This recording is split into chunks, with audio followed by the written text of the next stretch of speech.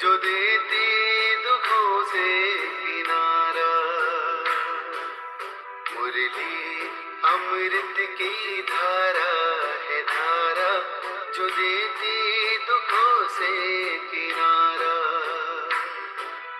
भूले जीवन में हो जाए शिव बाबा मुरली में समझाए।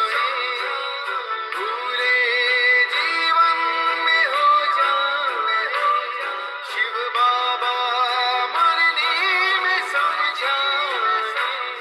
तुम्हें देवता बनना है प्यारा, देखो गलती न करना दोबारा। मुरली अमृत की धारा है धारा, जो देती दुखों से किनारा।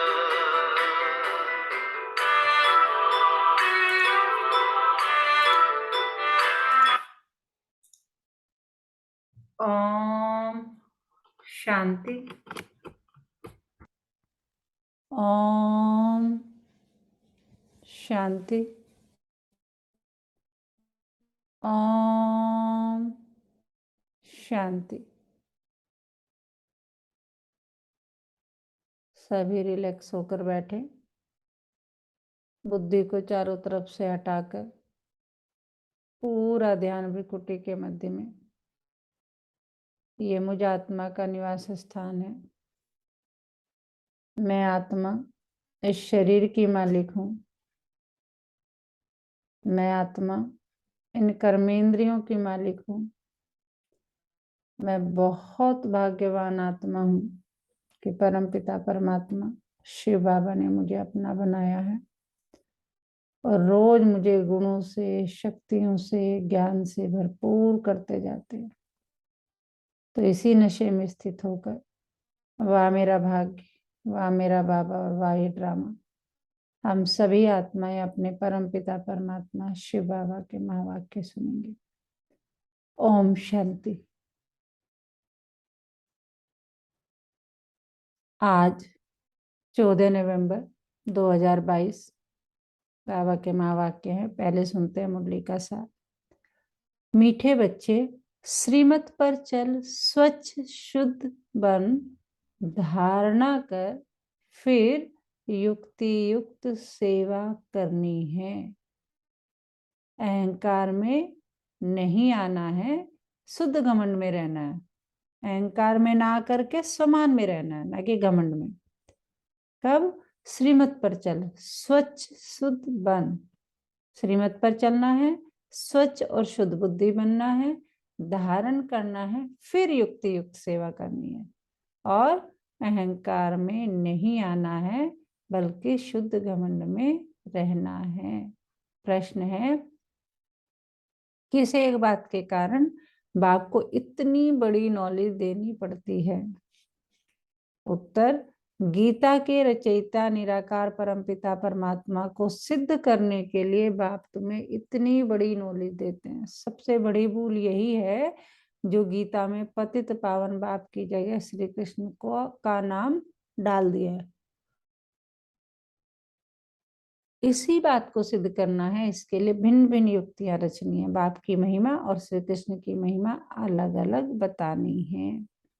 गीत है, मरना तेरी गली में। ओम शांति। बच्चों ने गीत सुना, कहते हैं आए हैं तेरे दर पर जीते जी मरने के लिए। किसके दर पर? फिर भी यही बात निकलती कि अगर गीता का भगवान श्री कृष्ण को कहे तो यह सब बातें हो न सके। वह है सतयुग का प्रिंस। गीता श्री कृष्ण ने नहीं सुनाई, गीता परमपिता परमात्मा ने सुनाई। सारा मदार इस बात पर है। एक बात को समझ जाएं तो भारत के जो इतने शास्त्र हैं सब झूठे सिद्ध हो जाएं। यह है सब भक्ति मार्ग के, इनमें कर्म कांड, तीर्थ यात्रा, जप तप आदि की कहानियां लिखी हुई है। भक्ति मार्ग में तुम इतनी मेहनत करते आए हो, वह तो दरकार नहीं। यह तो सेकंड की बात है। सिर्फ एक बात सिद्ध करने के लिए भी बाप को कितनी नॉलेज देनी पड़ती है। प्राचीन नॉलेज जो भगवान ने ही दी है वही नॉलेज है। सारी बात क्या है? गीता पर है। परमपिता परमात्मा ने ही आकर देवी देवता धर्म की स्थापना, अर्थ, सहज राजयोग और ज्ञान सिखलाया, जो अब प्रायः लोप है। मनुष्य समझते हैं श्री कृष्ण फिर आकर गीता सुनाएगा, परंतु अब तुमको ये अच्छी तरह सिद्ध करना है कि गीता परमपिता परमात्मा ने, जो ज्ञान का सागर है, उसने सुनाई है। श्री कृष्ण की महिमा और परमपिता परमात्मा की महिमा अलग अलग है। वह है सतयुग का प्रिंस, जिसने सहज राजयोग से राज्य भाग पाया है। पढ़ते समय नाम रूप और है, फिर जब राज पाया तब और है। पहले पतित है, फिर पावन बना है। यह सिद्ध कर बताना है। पतित पावन श्री कृष्ण को कभी नहीं कहेंगे। कौन है फिर पतित पावन? पतित पावन है ही एक बाप। अब वही श्री कृष्ण की आत्मा जो काली अर्थात श्याम बन गई है, अब फिर से पतित पावन द्वारा राजयोग सीख भविष्य पावन दुनिया का प्रिंस बन रही है। यह सिद्ध कर समझाने में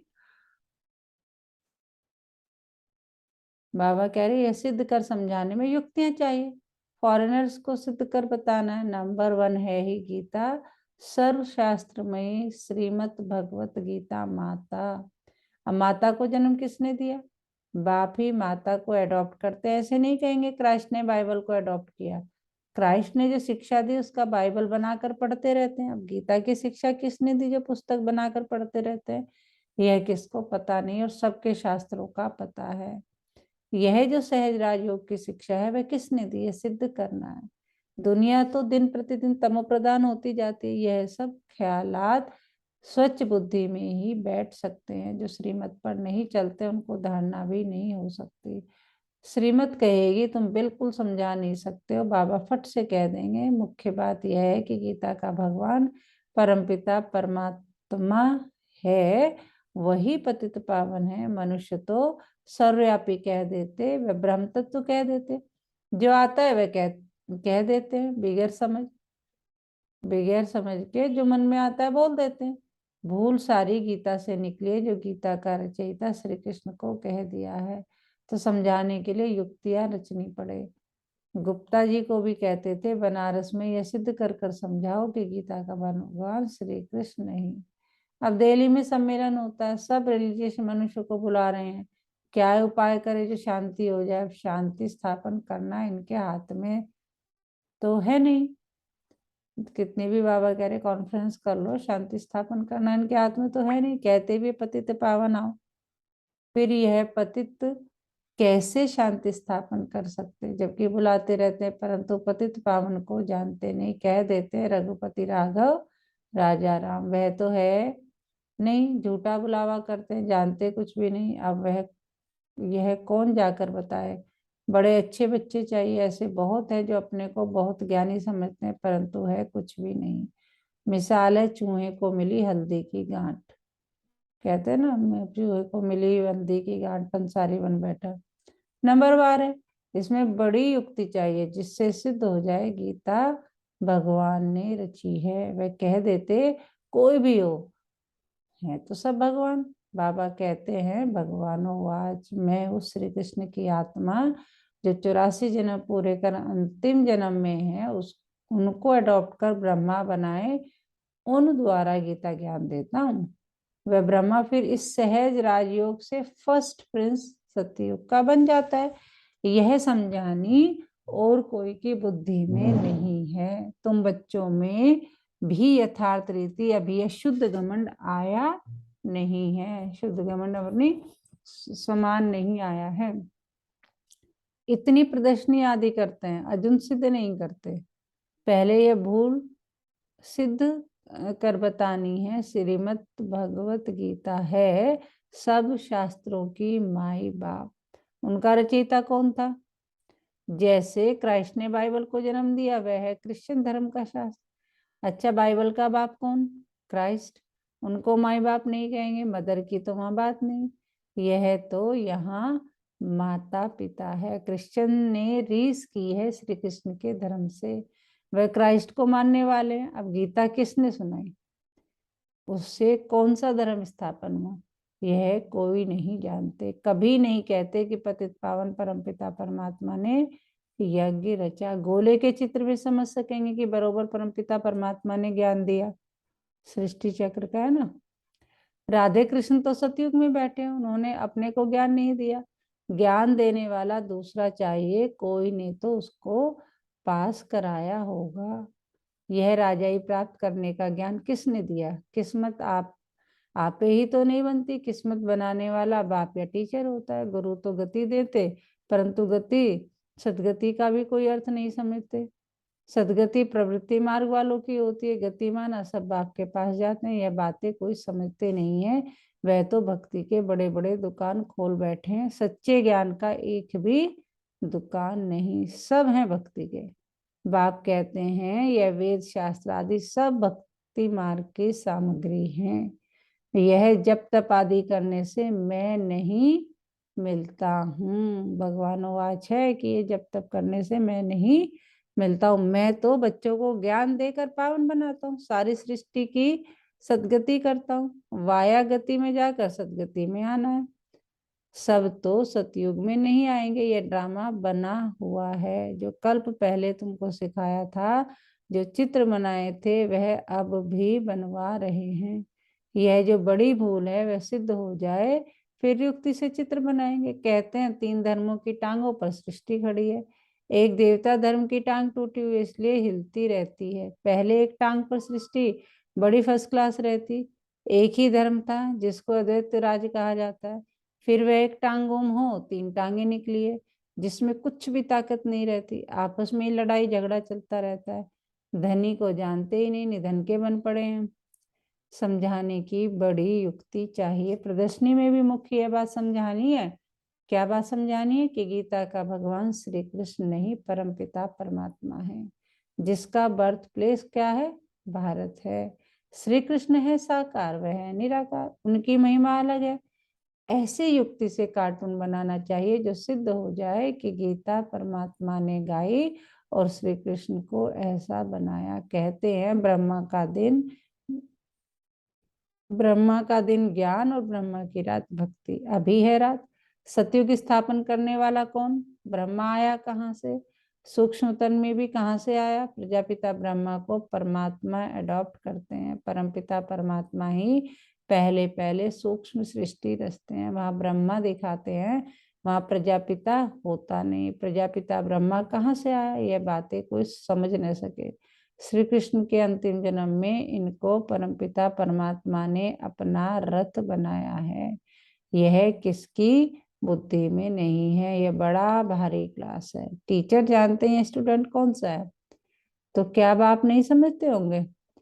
यह बेहद के बाप का बेहद का क्लास है। यहाँ की बात ही निराली है। शास्त्रों में प्रलय दिखाकर रोला कर दिया है।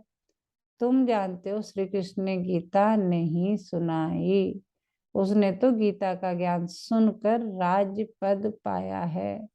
तुमको सिद्ध कर बताना है गीता का भगवान निराकार शिव है, उनके गुण यह है। ये सारे गुण क्या है? वो ज्ञान का सागर है, वो शांति का सागर है, वो प्रेम का सागर है, सब शिव परमात्मा के गुण है। इस भूल के कारण ही भारत कोड़ी जैसा बना है। अभी परमपिता परमात्मा ने ज्ञान का कलश माताओं पर रखा है, माताएं ही स्वर्ग का द्वार खोलती है। सब बातें नोट कर समझानी चाहिए। भक्ति वास्तव में गृहस्थियों के लिए है, ये है प्रवृत्ति मार्ग का सहज राजयोग। हम सिद्ध कर समझाने के लिए आए हैं। बच्चों को युक्त युक्त काम करना है, बच्चों को ही बाप का शो करना है। सदैव हर्षित मुख अचल स्थैर्य मस्त रहना है। आगे चलकर ऐसे बच्चे निकलते जरूर है। ब्रह्मा कुमार कुमारी वह जो 21 जन्म के लिए बाप से वर्षा दिलाए, कुमारियों की महिमा भारी है। मुख्य मम्मा है वह ज्ञान सूर्य है, यह है गुप्त मम्मा ब्रह्मा। इस राज को मुश्किल ही कोई समझते हैं। मंदिर भी उस मम्मा के हैं, इस गुप्त बूढ़ी मम्मा का कोई मंदिर नहीं। यह माता पिता कंबाइन है। श्री कृष्ण तो सत्ययुग का प्रिंस है। गीता के भगवान की महिमा अलग है, वह पतित पावन लिबरेटर गाइड है, तो परमात्मा की महिमा बिल्कुल अलग है। एक कैसे हो सकते? मुख्य बात ही यह है कि गीता किसने सुनाई? वेद शास्त्र आदि सब गीता के बाल बच्चे हैं और सब भक्ति की सामग्री है। ज्ञान मार्ग में कुछ होता नहीं, ज्ञान मार्ग में कुछ होता नहीं। अच्छा, मीठे मीठे सिकिलते बच्चों प्रति माता पिता बाप दादा का याद प्यार और गुड मॉर्निंग। रूहानी बाप की रूहानी बच्चों को नमस्ते। हम रूहानी बच्चों की रूहानी माता पिता बाप दादा को सर्व संबंधों से सिक व प्रेम से दिल व जान से याद प्यार गुड मॉर्निंग नमस्ते बाबा नमस्ते। शुक्रिया बाबा शुक्रिया, हमें अपना बनाने के लिए, हमें रोज पढ़ाने के लिए, हमें पतित से पावन बनाने के लिए, हमें गुणों से शक्तियों से ज्ञान से भरपूर करने के लिए। तो जितने अपने बाबा की महिमा की जाए उतनी कम है। और सारा दिन इसी नशे में रहे, पाना था जो पा लिया और क्या बाकी रहा। वाह मेरा भाग्य, वाह मेरा बाबा, वाह ये ड्रामा, और मैं बाबा का, बाबा मेरा। इसी नशे में स्थित होकर अपना हाथ सुबह सुबह अमृत वेले अपने बाबा के हाथ में दे दो और पूरे दिन के लिए निश्चिंत हो जाओ कि बाबा मैं आपका बच्चा, आपको पूरे हक से अपना हाथ आपको पकड़ा रहा हूं कि कुछ भी हो जाए मेरा हाथ छोड़ना नहीं, चाहे मैं चाहूं भी तो भी नहीं छोड़ना। इस हक से अपने बाबा को अपना हाथ थमाकर बिल्कुल निश्चिंत हो जाए। तो आज हमारे बाबा, मीठे बाबा, प्यारे बाबा ने हमें क्या समझाया, क्या बताया, कौन बताएगा? ओम शांति दीदी। ओम शांति। आज ऐसा लगता है कि जैसे बाबा ना हमसे ये कह रहे हैं कि हमें ना सही और गलत दोनों में अंतर पता होना चाहिए, क्योंकि जी। हम भक्ति काल से पढ़ते आए हैं कि गीता का भगवान श्री कृष्ण है, गीता का भगवान श्री कृष्ण है। अब ये पीढ़ी दर पीढ़ी ना हमको यही बताते चले हैं, लेकिन अब संगम युग पर आके परम पिता परमात्मा जो कि गीता के असली भगवान है वो आके हम्म हमको बता रहे हैं। अनेक उदाहरण देके हमें समझाने का प्रयास किया है कि हम्म गीता का भगवान श्री कृष्ण ही, गीता का भगवान मैं हूँ। अब हम्म हमने देखा कि श्री कृष्ण को ना काला दिखाया गया, श्यामला। वो हम्म श्यामले इसलिए हो गए, काले इसलिए हो गए क्योंकि वो अ, पतित दुनिया में आए हैं, है ना। हम्म जबकि कृष्ण ने तो पूरे 84 जन्म किए। कृष्ण है सतयुग के भगवान। तो जब हम्म उन्होंने गीता सुनाई तो गीता सुनाई उन्होंने शिव भगवान वाली। फिर बाबा समझाते हैं बाइबल का उदाहरण देके, है ना, कि यीशु ने जो कहा उसको लोगों ने बाइबल में लिख दिया, हम्म है ना। तो यहाँ तो हम कह सकते हैं कि बाइबल का भगवान यीशु है, लेकिन हम्म गीता का भगवान कौन है ये समझाने के लिए हमें अनेक उदाहरण देके उनको समझाना पड़ेगा। और सही ज्ञान यह है कि गीता का भगवान श्री कृष्ण है। बाबा ने कहा कि कृष्ण की आत्मा ने 84 जन्म लिए। अब उसमें अब उनके द्वारा मैं फिर तुम्हें संगम पे समझाने आया हूँ। बाबा हमें संगम पर ही मिलते हैं, है ना। श्री कृष्ण हम्म साकार हैं, परम पिता निराकार हैं, है हम्म ना। तो बाबा ने बताया कि गीता का भगवान शिव हैं। भक्ति हम्म मार्ग में थे हम, इसलिए भटकते हैं दीदी।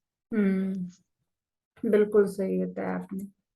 धारणा के लिए मुख्य सार, हर काम बहुत युक्ति युक्त करना है। हर स्थिर और ज्ञान की मस्ती में रहकर बाप का शोक करना है। नंबर 2, ज्ञान की नई और निराली बातें सिद्ध करनी है। वरदान है, शांति की शक्ति द्वारा असंभव को संभव करने वाले योगी तो आत्मा भव। शांति की शक्ति द्वारा असंभव को संभव करने वाले योगी तू आत्मा भव। शांति की शक्ति सर्वश्रेष्ठ शक्ति है और सभी शक्तियां इसी एक शक्ति से निकली हैं। साइंस की शक्ति भी इसी शांति की शक्ति से निकली है। शांति की शक्ति द्वारा असंभव को भी संभव कर सकते हो। जिसे दुनिया वाले असंभव कहते, वह आप योगी तो आत्मा बच्चों के लिए सहज संभव है। वह कहेंगे परमात्मा तो बहुत ऊंचा, हजारों सूर्यों से तेजों में है, लेकिन आप अपने अनुभव से कहते हमने तो उसे पा लिया, शांति की शक्ति से स्नेह के सागर में समा गए। स्लोगन, निमित्त बन निर्माण का कार्य करने वाले ही सच्चे सेवाधारी हैं। निमित्त बन निर्माण का कार्य करने वाले ही सच्चे सेवाधारी हैं। मातेश्वरी जी के अनमोल महावाक्य। नंबर 1, आत्मा और परमात्मा अलग रहे बहुकाल, सुंदर मेला कर दिया जब सतगुरु मिला दलाल। जब अपन ये शब्द कहते हैं तो उसका यथार्थ अर्थ है कि आत्मा परमात्मा से बहुत काल से बिछुड़ गई है। बहुत काल का अर्थ है बहुत समय से आत्मा परमात्मा से बिछुड़ गई है। तो यह शब्द साबित यानी सिद्ध करते हैं कि आत्मा और परमात्मा अलग अलग दो चीज हैं, दोनों में आंतरिक भेद है, परंतु दुनियावी मनुष्यों को पहचान न होने के कारण वो इस शब्द का अर्थ ऐसे ही निकालते हैं कि मैं आत्मा ही परमात्मा हूँ, परंतु आत्मा के ऊपर माया का आवरण चढ़ा हुआ है।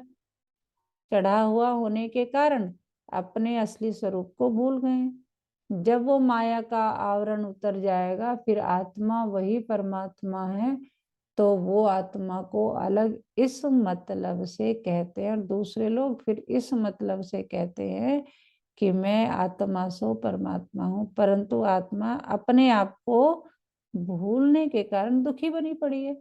जब आत्मा फिर अपने आप को पहचान कर शुद्ध बनती है तो फिर आत्मा परमात्मा में मिल एक ही तो हो जाएंगे।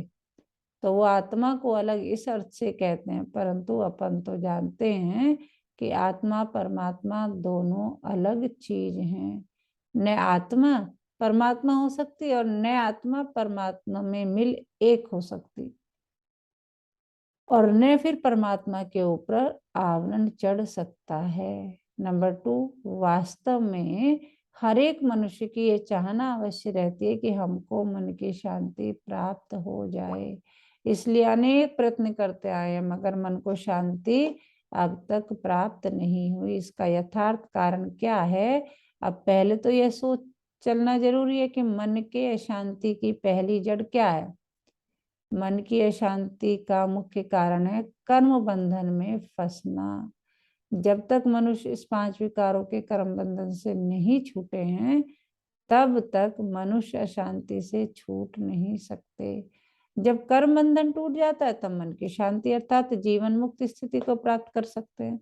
अब सोच करना है यह कर्म बंधन टूटे कैसे और उसे छुटकारा देने वाला कौन है। यह तो हम जानते हैं, कोई भी मनुष्य आत्मा किसी भी मनुष्य आत्मा को छुटकारा दे नहीं सकती। यह कर्म बंधन का हिसाब किताब तोड़ने वाला सिर्फ एक परमात्मा है, वही आकर इस ज्ञान योग बल से कर्म बंधन से छुड़ाते हैं। इसलिए ही परमात्मा को सुखदाता कहा जाता है। जब तक पहले ये ज्ञान नहीं है कि मैं आत्मा हूँ, असल में मैं किसकी संतान हूँ, मेरा असली गुण क्या है, जब यह बुद्धि में आ जाए तब ही कर्म बंधन टूटे। अब यह नॉलेज हमें परमात्मा द्वारा ही प्राप्त होती है। गोया परमात्मा द्वारा ही कर्म बंधन टूटते हैं। ओम शांति, ओम शांति, ओम शांति।